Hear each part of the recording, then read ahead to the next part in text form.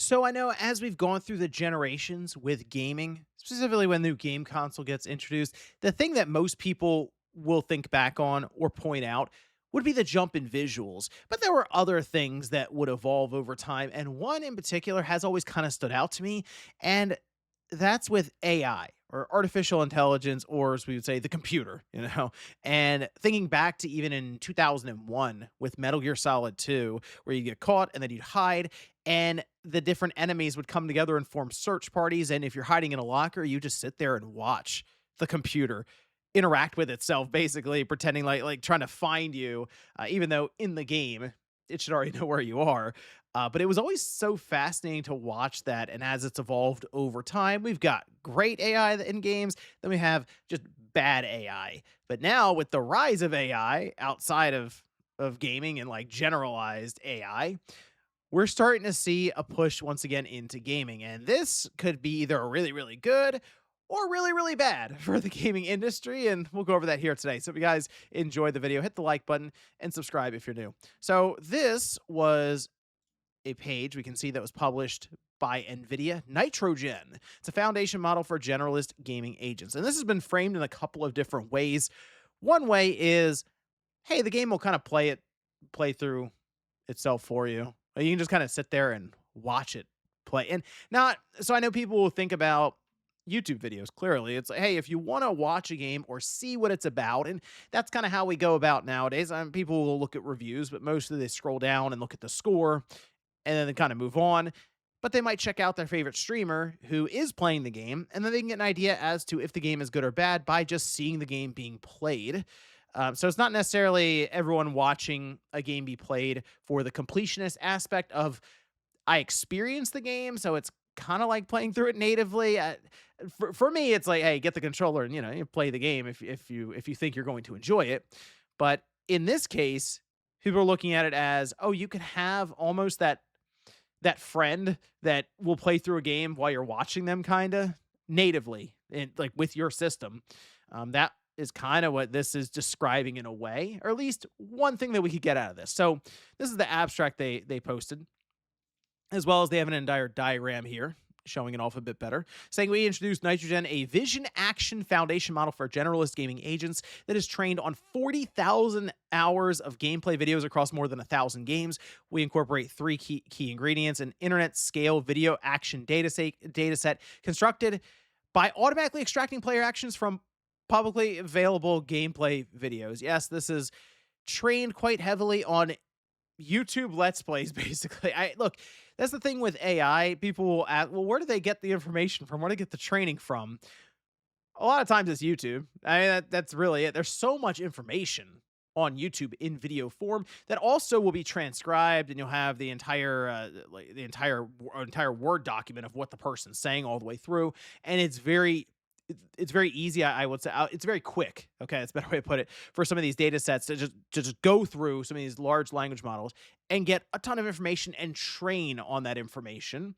And that's what we've been seeing happening a lot. But they say a multi-game benchmark environment that can measure cross-game generalization and a unified vision action policy trained with large-scale behavior cloning. Nitrogen exhibits strong competence across diverse domains, including combat encounters in 3D action games, high precision control in 2D platformers, and exploration in procedurally generated worlds. It transfers effectively to unseen games, achieving up to 50% relative improvement in task success rates over models trained from scratch.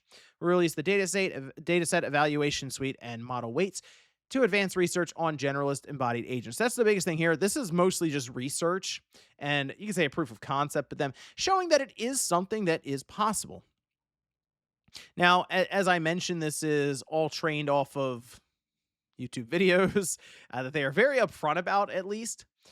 But the idea being they have a controller with the actions that are then matched up against each different frame that's happening in the video. And right now, it's only set up, as they are mentioning, for controllers, not for keyboard and mouse. Although, I mean, let's face it, if they've gotten this far with it and people continue running with it, I'm sure it will get to a point where a full keyboard and mouse is also all worked out. There's a few things we can take away from this right now. The most they show it actually in action right here. 2D platformers, 3D games, and they did mention procedurally generated games. This is a very important part about this. So you might be thinking, well, we have AI in games. This is the difference between this and the latest open world adventure game that I played, where you have enemies that roam around and are able to fight you and maybe flank you and stuff. Well, those instances of AI are handcrafted for that one game. Doesn't necessarily mean that if you have AI in the Witcher 3, as they are showing you fighting a giant spider here, is necessarily going to be able to ride around in Rocket League and play that. All right. So the idea of this though is you would have a generalist agent with AI that would be able to just jump between any of these different games, much like you and I can. I mean, we could play Rocket League, but then we can jump over to Final Fantasy 16, and then you could jump over to Madden.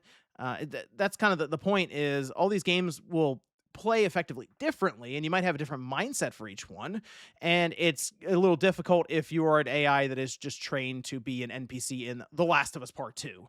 It's like, I don't know if that's going to necessarily work out great when you fire up MLB The Show or something like that. And that's kind of the point here. Is you can have an agent that is trained to be able to go across all these different games. So let's say QA would come up, quality assurance, being able to bug test a lot of these games, and you have several of these agents that are ready to just play through over and over and over again, never needing to take a break, never need to go home and then come back, the next day or something.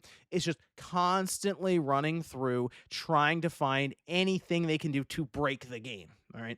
And that has been the biggest push I've seen, or at least the biggest reason AI could really, really change gaming for the better, are that games just come out in a better state because AI is able to legitimately accelerate the process of making sure the games just run well. And while I do know we're kind of jokingly saying the game can play itself, I mean, there are legitimate accessibility reasons for that. Not even the entire game, but there might be points where a person is just unable with the dexterity or anything to be able to get through certain points. It could be quick time events with reaction based, anything like that. Because you can see some games that will just randomly throw that stuff at you. And I've seen forum posts and stuff where they're just not able to complete the actions for that one little segment. And I mean, hey, if you can have this AI agent come in, get you through 5 minutes of that game so you can play the other like 5 hours on the other side of it, that is also a legitimately good cause. Now, some issues I could see coming up with this, I think, would involve the multiplayer side. And not even just, oh, the multiplayer would have AI agents that become very, very good. And yeah, it wouldn't even be fun good. Oh, it's difficult and it's fun. It would just be downright frustrating because you would assume with the amount of training the AI can get in a rapid amount of time, right? They would become very, very good at the game faster than any human would.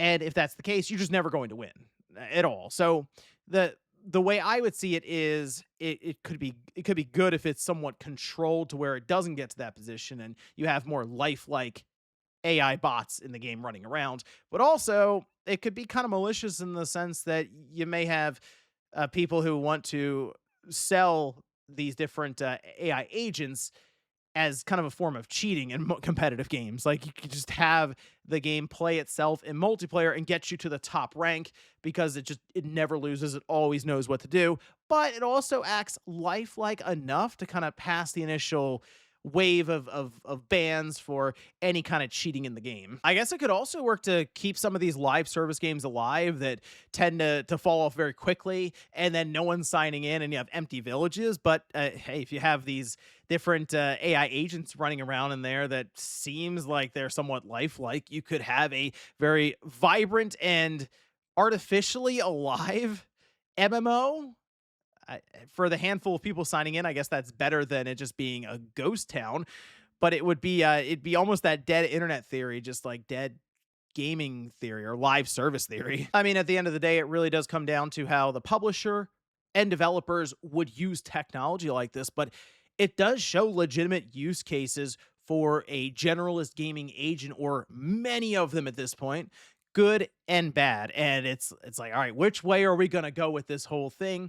But as I mentioned before, I think it's just inevitable that this does work its way into gaming in some way. So while I'm sure there will be some good uses of it, they're going to get some bad with the good. So here's hoping that things like maybe even development times around QA and stuff either shrinks or becomes higher quality so that the games are better when they release. And yeah, even if that means that people can also get past certain points, or hey, I mean, there's like full on story mode, easy mode stuff where the enemies don't even attack you. I guess if you come home and you just want the game to play itself in a single player setting, I mean, hey, you bought the game, you can kind of do what you want with it at that point. That's fine. But I'm curious to see where all this goes, and it's the AI future, the revolution is on. Here's hoping the publishers use it correctly. But let me know what you guys think about this one down below with Nvidia's Nitrogen, their research that they put out here after training on 40,000 hours of gameplay from YouTubers, which there's probably a whole ethical thing around that too, as to who even owns I, I guess the footage and the inputs and stuff. But let me know what you guys think about this down below in the comments. Thanks guys for watching, and I'll see you next time.